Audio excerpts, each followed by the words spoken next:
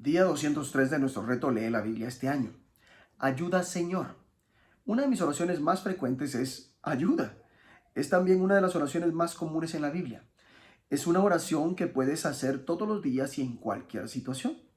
Puedes pedirle ayuda al Señor. El deseo de Dios es que tengas una relación con Él real y de corazón. Veamos Salmos 88, versículos 9 al 18. Mis ojos se enfermaron a causa de mi aflicción. Te he llamado, oh Jehová, cada día. He extendido a ti mis manos. ¿Manifestarás tus maravillas a los muertos? ¿Se levantarán los muertos para alabarte? ¿Será contada en el sepulcro tu misericordia o tu verdad en el Abadón? ¿Serán reconocidas en las tinieblas tus maravillas y tu justicia en la tierra del olvido? Mas yo a ti he clamado, oh Jehová, y de mañana mi oración se presentará delante de ti. ¿Por qué, oh Jehová, desechas mi alma? ¿Por qué, oh Jehová, escondes de mí tu rostro? Yo estoy afligido y menesteroso. Desde la juventud he llevado tus terrores. He estado medroso. Sobre mí han pasado tus iras y me oprimen tus terrores. Me han rodeado como aguas continuamente. A una me han cercado. Has alejado de mí al amigo y al compañero, y a mis conocidos has puesto en tinieblas. Salmos 88 nos habla acerca de la ayuda en las relaciones rotas. El rechazo es siempre perjudicial, especialmente cuando viene de alguien que amamos o de alguien muy cercano a nosotros. Las relaciones rotas son dolorosas, en especial cuando sentimos que nos ha abandonado un enamorado, un vecino o un amigo cercano. El salmista siente que desde que me has quitado amigos y seres queridos, ahora solo tengo amistad con las tinieblas. Dice, yo he sufrido desde mi juventud, muy cerca he estado de la muerte. La situación parece desesperanza absoluta. Tinieblas, sentimiento de ser rechazado por Dios, sufrimiento, terror y desesperación. Todo el día me rodean como un océano, me han cercado por completo. Sin embargo, hay una nota de esperanza. La esperanza proviene del hecho de que en medio de todo esto elige empezar cada día clamando a Dios. Yo, Señor, te invoco cada día y hacia ti extiendo las manos. Tal vez hoy estés atravesando por dificultades con una relación, en tu matrimonio, en tu trabajo, iglesia o con un amigo cercano. Por muy mala que parezca tu situación, siempre hay esperanza si le pides ayuda al Señor. Romanos 7, versículos 7 al 25 dice lo siguiente. ¿Qué diremos pues? ¿La ley es pecado? En ninguna manera. Pero yo no conocí el pecado sino por la ley, porque tampoco conociera la codicia si la ley no dijera no codiciarás. Mas el pecado, tomando ocasión por el mandamiento, produjo en mí toda codicia, porque sin la ley el pecado está muerto, y yo sin la ley vivía en un tiempo. Pero venido el mandamiento, el pecado revivió, y yo morí. Y hallé que el mismo mandamiento que era para vida, y a mí me resultó para muerte, porque el pecado, tomando ocasión por el mandamiento, me engañó, y por él me mató. De manera que la ley a la verdad es santa, y el mandamiento santo, justo y bueno. Luego lo que es bueno vino a ser muerte para mí. En ninguna manera, sino que el pecado, para mostrarse pecado, produjo en mí la muerte por medio de lo que es bueno, a fin de que por el mandamiento el pecado llegase a ser sobremanera pecaminoso. Porque sabemos que la ley es espiritual, mas yo soy carnal, vendido al pecado. Porque lo que hago no lo entiendo, pues no hago lo que quiero, sino lo que aborrezco, eso hago. Y si lo que no quiero, esto hago, apruebo que la ley es buena. De manera que ya no soy yo quien hace aquello, sino el pecado que mora en mí. Y yo sé que en mí, esto es en mi carne, no mora el bien. Porque el querer, el bien está en mí, pero no el hacerlo. Porque no hago el bien que quiero, sino el mal que no quiero, eso hago. Y si hago lo que no quiero, ya no lo hago yo, sino el pecado que mora en mí. Así que, queriendo yo hacer el bien, hallo esta ley, que el mal está en mí. Porque según el hombre interior me deleito en la ley de Dios, pero veo que otra ley en mis miembros, que se revela contra la ley de mi mente y que me lleva cautivo a la ley del pecado que está en mis miembros. Miserable de mí, ¿quién me librará de este cuerpo de muerte? Gracias doy a Dios por Jesucristo Señor nuestro. Así que yo mismo con la mente sirvo a la ley de Dios, mas con la carne a la ley del pecado. Romanos 7, en estos versículos del 7 al 25 nos habla acerca de la ayuda en la lucha con el pecado. ¿Alguna vez te has visto atrapado por los malos hábitos o pecados de los que quisieras liberarte, pero te sientes incapaz de hacerlo? ¿Has dicho alguna vez que no vas a hacer algo y luego terminas haciéndolo de todos modos? Pablo escribe: he pasado mucho tiempo en la prisión del pecado. Lo que no entiendo de mí es que decido una forma, pero luego actúo de otra, haciendo cosas que desprecio absolutamente. Continúa: sucede tan regularmente que es predecible. En el momento en que decido hacer el bien, el pecado está ahí para hacerme tropezar. Me deleito verdaderamente en los mandamientos de Dios, pero es bastante obvio que no todo en mí se une a ese deleite. Hay partes de mí secretamente rebeldes y justo cuando menos lo espero toman el control. Pablo dice: obviamente necesito ayuda. Clama: soy un pobre miserable. ¿Quién me librará de este cuerpo mortal? Habiendo dicho en el pasaje de ayer que estás libre de la ley, Pablo se anticipa al tipo de preguntas que se plantearán acerca de lo que está diciendo. ¿Acaso está igualando la ley al pecado? Muestra que la ley no es el pecado, todo lo contrario. La ley en sí misma es santa y sus mandatos son santos, rectos y buenos. Somos nosotros los que somos pecadores. La ley lo muestra revelando lo que es pecado y que no podemos guardar la ley. De hecho, incluso agrava el pecado en nosotros. La siguiente pregunta es consecuencia de las anteriores. Si la ley es tan buena, ¿por qué me llevó a mi muerte? No, responde Pablo, no fue la ley sino mi pecado el que condujo a la muerte. Si alguien es condenado por un delito, no es la ley la que le causa la pena, más bien es el crimen. Todo lo que hace la ley es establecer la medida. Se ha escrito demasiado sobre este pasaje. El debate principal es si Pablo se refiere a su estado como cristiano o al de antes de ser cristiano. Aunque sea claramente autobiográfico, también está hablando en general de la condición de los seres humanos que viven bajo la ley. Tal vez deberíamos ver este pasaje como una descripción del cristiano que no vive en la plenitud del poder del Espíritu, a pesar de que él o ella desea hacerlo. Se puede leer como el clamor humano por vivir en el Espíritu, escuchado una y otra vez en las vidas de los cristianos a través de los siglos. Sabemos que la ley de Dios es santa, recta y buena, y sabemos que es espiritual. Sin embargo, nos encontramos en situación de fallar. Pero yo soy meramente humano y estoy vendido como esclavo al pecado. No entiendo lo que me pasa, pues no hago lo que quiero, sino lo que aborrezco.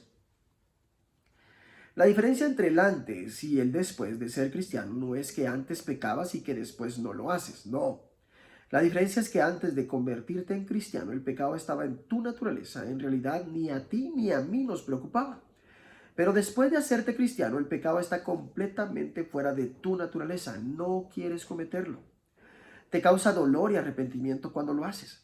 No tanto porque te decepcionas, aunque hay algo de ello, sino porque quieres agradar a Cristo y le has fallado. Si eres como yo, conoces muy bien esta batalla con el pecado. Por favor, ten en cuenta esta, que es una característica clave del verdadero creyente cristiano. Cuando Pablo pide ayuda, ya sabe la respuesta a la pregunta: ¿quién me librará de este cuerpo mortal? Gracias a Dios por medio de Jesucristo nuestro Señor. Tal vez la clave para entender este pasaje está en las dos palabras yo mismo. Nosotros solo somos esclavos de la ley del pecado, pero este no es el final de la historia. Pablo continúa hablando sobre la gran liberación que el Espíritu Santo aporta a nuestras vidas. Al mirarme como cristiano en términos de pertenecer a Cristo, me doy cuenta de que no soy libre de pecar. Al mirarme a sí mismo como un cristiano en el mundo, me doy cuenta de que no tampoco estoy libre de pecado. Pero cuando me veo como un cristiano empoderado por el Espíritu, me doy cuenta de que soy libre para vencer el pecado. Me acuerdo de algo que John Newton escribió: no soy lo que quiero ser, no soy lo que debería ser, no soy lo que un día seré. Pero gracias a Dios, no soy lo que alguna vez fui.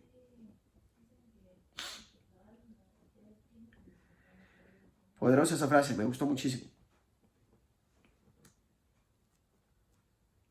Leamos ahora Oseas. Vamos a leer Oseas 6 y Oseas 7. Empezando con Oseas 6. Venid y volvamos a Jehová, porque Él arrebató y nos curará, hirió y nos vendará. Nos dará vida después de 2 días, en el tercer día nos resucitará. Y viviremos delante de Él, y conoceremos y proseguiremos en conocer a Jehová. Como el alba está dispuesta a su salida y vendrá a nosotros como la lluvia tardía y temprana a la tierra, ¿qué haré a ti, Efraín? ¿Qué haré a ti, oh Judá? La piedad vuestra es como nube de la mañana y como el rocío de la madrugada, que se desvanece. Por esta causa los corté por medio de los profetas, con las palabras de mi boca los maté, y tus juicios serán como luz que sale. Porque misericordia quiero y no sacrificio, y conocimiento de Dios más que holocaustos. Mas ellos, cual Adán, traspasaron el pacto, allí prevaricaron contra mí. Galaad, ciudad de hacedores de iniquidad, manchada de sangre, y como ladrones que esperan a algún hombre, así una compañía de sacerdotes mata en el camino hacia Siquem. Así cometieron abominación en la casa de Israel. He visto inmundicia, allí fornicó Efraín, y se contaminó Israel. Para ti también, oh Judá, está preparada una siega cuando yo haga volver el cautiverio de mi pueblo. Oseas 7. Iniquidad y rebelión de Israel. Mientras curaba yo a Israel, se descubrió la iniquidad de Efraín y las maldades de Samaria, porque hicieron engaño y entra el ladrón y el salteador despoja por fuera. Y no consideran en su corazón que tengo en memoria toda su maldad. Ahora les rodearán sus obras, delante de mí están. Con su maldad alegran al rey y a los príncipes con sus mentiras. Todos ellos son adúlteros, son como horno encendido por el hornero, que cesa de avivar el fuego después que está hecha la masa, hasta que se haya leudado. En el día de nuestro rey, los príncipes lo hicieron enfermar con copas de vino. Extendió su mano con los escarnecedores, aplicaron su corazón semejante a un horno a sus artificios. Toda la noche duerme su hornero, a la mañana está encendido como llama de fuego. Todos ellos arden como un horno y devoraron a sus jueces. Cayeron todos sus reyes, no hay entre ellos quien a mí clame. Efraín se ha mezclado con los demás pueblos, Efraín fue torta no volteada. Devoraron extraños su fuerza y él no lo supo. Y aún canas le han cubierto y él no lo supo. Y la soberbia de Israel testificará contra él en su cara, y no se volvieron a Jehová su Dios, ni lo buscaron con todo esto. Efraín fue como paloma incauta sin entendimiento. Llamarán a Egipto, acudirán a Siria. Cuando fueren, tenderé sobre ellos mi red, les haré caer como aves del cielo, les castigaré conforme a lo que se ha anunciado en sus congregaciones. Ay de ellos, porque se apartaron de mí. Destrucción vendrá sobre ellos, porque contra mí se rebelaron, yo lo redimí, y ellos hablaron mentiras contra mí. Y no clamaron a mí con su corazón cuando gritaban sobre sus camas. Para el trigo y el mosto se congregaron, se rebelaron contra mí. Y aunque yo los enseñé y fortalecí sus brazos contra mí, pensaron mal. Volvieron, pero no al Altísimo. Fueron como arco engañoso, cayeron sus príncipes a espada por la soberbia de su lengua. Esto será su escarnio en la tierra de Egipto. Oseas capítulo 6 y capítulo 7 nos hablan claramente acerca de ayuda por sanación. Dios quiere traer sanación a nuestras vidas. El pueblo sabía que si verdaderamente se volvían a Dios, Él los sanaría.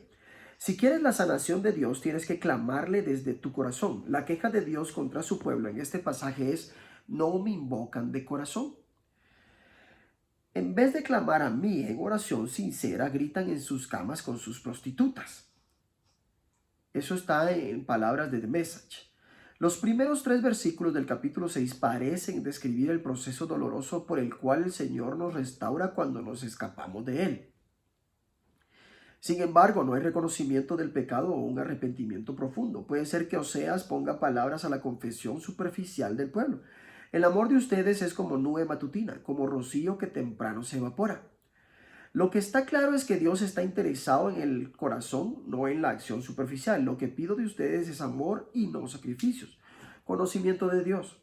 Se preocupa por una relación con Él que venga de corazón. Su queja es que ninguno de ellos me invoca. Hay una arrogancia, un espíritu independiente en la humanidad que no se vuelve al Señor su Dios. No lo busca. El Señor afirma: yo bien podría redimirlos, pero no me invocan de corazón. Puedes recibir la sanación y el perdón de Dios por todas las cosas que haces mal, pero tienes que clamar a Él desde tu corazón. Como escribe Joyce Meyer, la sanación emocional no es fácil y puede ser muy dolorosa. A veces tenemos heridas que todavía están infectadas y antes de que podamos estar completamente curados, esas heridas deben abrirse para remover la infección. Solo Dios sabe cómo hacer esto correctamente. Mientras buscan a Dios para que Sane sus heridas, pasen tiempo con Él en su palabra y esperen en su presencia. Les garantizo que allí encontrarán la sanación. Porque misericordia quiero yo y no sacrificios. O sea, 6:6. El diccionario dice que misericordia es la compasión mostrada a los enemigos o a los que han delinquido, dada desde el propio poder. Shakespeare dijo de la misericordia, es una doble bendición. Bendice al que da y al que la obtiene. Nuestro mundo necesita más misericordia. Señor, no solo quiero conocerte, sino también ir tras tu conocimiento. Clamo desde mi corazón pidiendo sanación, restauración y avivamiento. Ayúdame, Señor. Que Dios te bendiga.